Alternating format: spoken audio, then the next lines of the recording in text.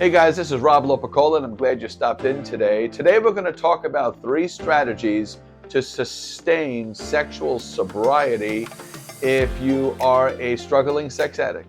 And that's what my channel is for. My channel here is for ambitious gay and bisexual men who are sex addicted, who are suicidal possibly or hopeless, and they are physically and emotionally burnt out from their active sex addiction, and they seem to have found no way of breaking free from the cycle of the sex addiction. Well, I'm here to help you break free, eradicate active sex addiction out of your life for good, and move forward as a healthy, thriving individual.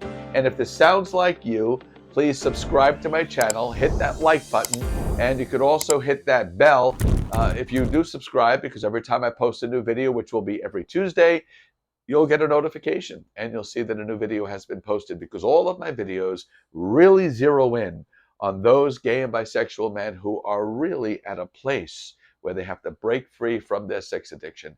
I was a full-blown sex addict for decades. I was completely out of control. In fact, it progressed so much, I got heavily involved in alcohol and methamphetamine addiction. But here I am now, 11 years free from active sex addiction, drugs, and alcohol, sober and clean. And now I am here to give my experience, strength, and hope to help you. So once again, please subscribe to my channel, and you'll get new videos every Tuesday to help you eradicate sex addiction out of your life for good. Here today, though, what I do want to talk about are 3 strategies to help you sustain sexual sobriety.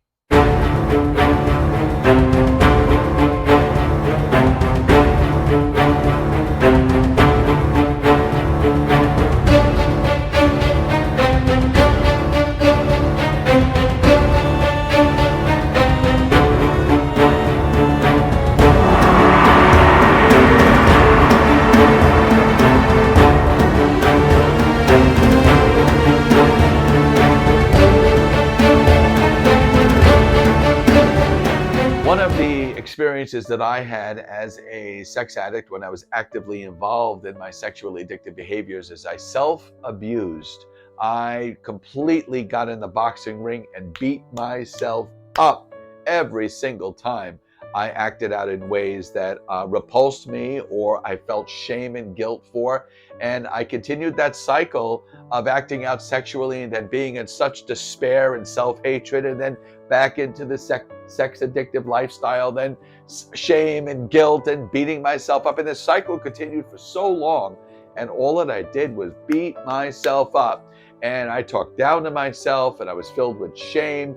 And I lived this way for a long time. Now, I was the master of masks, so I wore a mask everywhere I went, so nobody knew that I was struggling or depressed or filled with stress and anxiety because of my behavior, or so self-loathing. I didn't present that to the world. I wore a mask.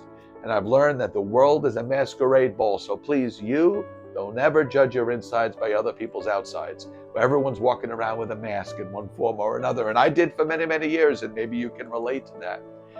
But one of the things that we do here when we do start experiencing sexual sobriety is we have to change that internal dialogue. We have to change the story we tell ourselves, and we have to start having compassion for ourselves. And that's one of the things I want you to have, is compassion for yourself. So let's take a look at these 3 strategies to sustain sexual sobriety once you get into living a life free from active sex addiction. So here are the 3. The first one, have compassion for yourself during setbacks. 2, be aware of old patterns of thinking and behavior that may return. And 3, get back to basics. So it is very, very important for you to start learning to be compassionate with who you are. Be compassionate with yourself. Understand the mechanisms all behind your active sex addiction. So it's very, very important for you to have compassion for yourself for a change. You've probably been beating yourself up for a long time. And what I want you to start learning to do is be compassionate for yourself. Be a compassionate person to yourself like you would your own child. When you were a little kid, You wanted compassion when you made mistakes. You wanted people to understand. You wanted your mom and dad to encourage and motivate you. Well, do that to yourself as though you're your own child. Have compassion for you. You're going to have setbacks. As Les Brown says, a setback is a setup for a comeback. Setbacks are going to happen. If you're expecting a perfect journey of sobriety, that's not going to happen. You're going to have a setback in one form or another, and you need to have compassion for yourself when you have a setback. Very, very, very important. A lot of times, you're going to have a setback, and you're going to beat yourself up for it. You're going to judge yourself harshly. You're going to talk yourself into going full throttle into active addiction because you had a small setback. Well, I had a small setback. I might as well go all the way. That's the thinking of the sex addiction. That's the sex addict not wanting to die. That's one of the strategies it uses to stay active in your life. Convinces you, well, you did a little bit, you might as well do everything now. No. Stand up to yourself within yourself and tell yourself, shut up. So you need to have that compassion for yourself. Be very aware of the patterns and behaviors in your life. If you notice you're having somewhat of a setback and old behaviors and patterns are starting to stir back up, be aware of that. And if you're aware of it, you could stop it right there. And a lot of times you have to stay in the basics. You have to stay right there in the basics. What did you do in the beginning to get yourself sober? Stay in the basics. Very, very important. So let's just break down all three, and I want to talk about each one just a little bit here for a minute or two or three on each one. So the first one, be compassionate to yourself during setbacks, or have compassion for yourself during setbacks. Forgive yourself when you have a setback. I'm going to give you an analogy of why it's so difficult staying sober in your sex addiction and why you should have compassion for yourself. Now imagine you know someone who is a cocaine addict and they're getting sober from cocaine, but yet their friend keeps coming over to them every single day, hour after hour after hour, and offers them cocaine. What do you think is going to happen to your friend who's trying to get sober from cocaine? They're probably going to give in to it. Why? Because that cocaine is in front of their face at all times. And if they did slip, you likely would forgive them and encourage them to get back to sobriety. And then what? You would tell them to get rid of that friend. When you're a sex addict, that friend that is supplying the drugs is in here. Your brain is your drug dealer. Your brain is a drug manufacturing machine. You're walking around with the drugs available 24 hours a day. See, because you get addicted to the dopamine release in the brain when you act out in certain sexual behaviors. So the drug dealer is with you 24 hours. Do you understand why it's so challenging to get sober from your sexually addictive behaviors?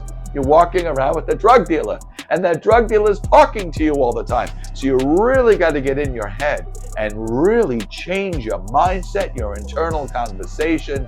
You have to have a whole different vantage point of where you're looking in life and stay focused, because the drug dealer is here at all times. You understand how difficult that is? You'd understand it for the cocaine addict. Understand for yourself and have compassion for yourself, knowing it is that difficult. If you can start saying no on a daily basis, that's incredible. That's amazing, because you haven't said no for so long, and now you're able to say no. And you use that no muscle. Practice saying no more and more and more each day. More and more whenever a urge or a craving or a temptation comes. Start saying no. It's a muscle, and you have to act on that muscle to strengthen it over a period of time. So ultimately now, when a temptation or a craving or an urge comes, you can just say no, because you're powerful. And interestingly, the setback could be old behaviors or thinking patterns that may come back. So you want to make sure that you are clearly aware, and this is number 2, very aware of old behaviors and thinking patterns that may come back. Be very aware if your thinking starts staring off, or if you notice old behaviors are starting to come back into your daily life. That usually means there's something happening that's keeping you unsettled, not spiritually connected to the universe or God or love. You're not centered, you're off center a little bit, so those old behaviors and old ways of thinking are coming back. So use those old behaviors and ways of thinking coming back into your life as a warning something's not right with what's going on in your life. And refocus. So be aware of that. You're going to refocus, reground, reconnect spiritually, and get yourself back on a peaceful, serene plane where you're thriving as a healthy individual. And number 3, go back to basics. Sometimes what happens is we leave the basics and then we forget. We forget what it was initially that we had to do to stay sober and clean. What did we have to do? 1, we had to admit and embrace that we're sex addicted.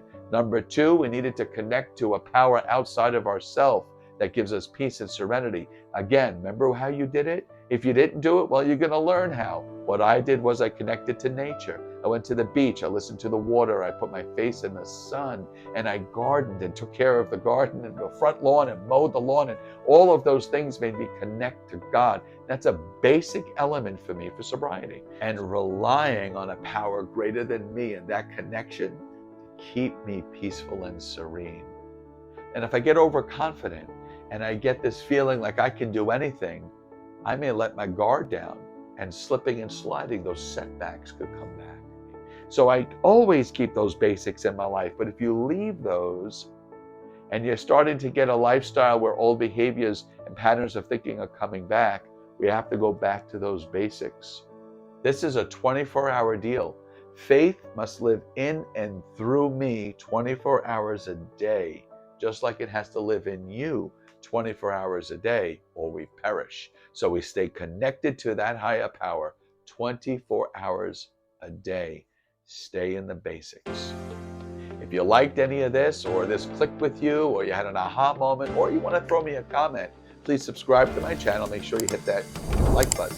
And every Tuesday I post a new video, so you can hit that bell. That'll just give you a ding in your phone that a new video is posted. And please feel free to throw me a comment. I would love if anything in here sat well with you, or anything in here that you related to.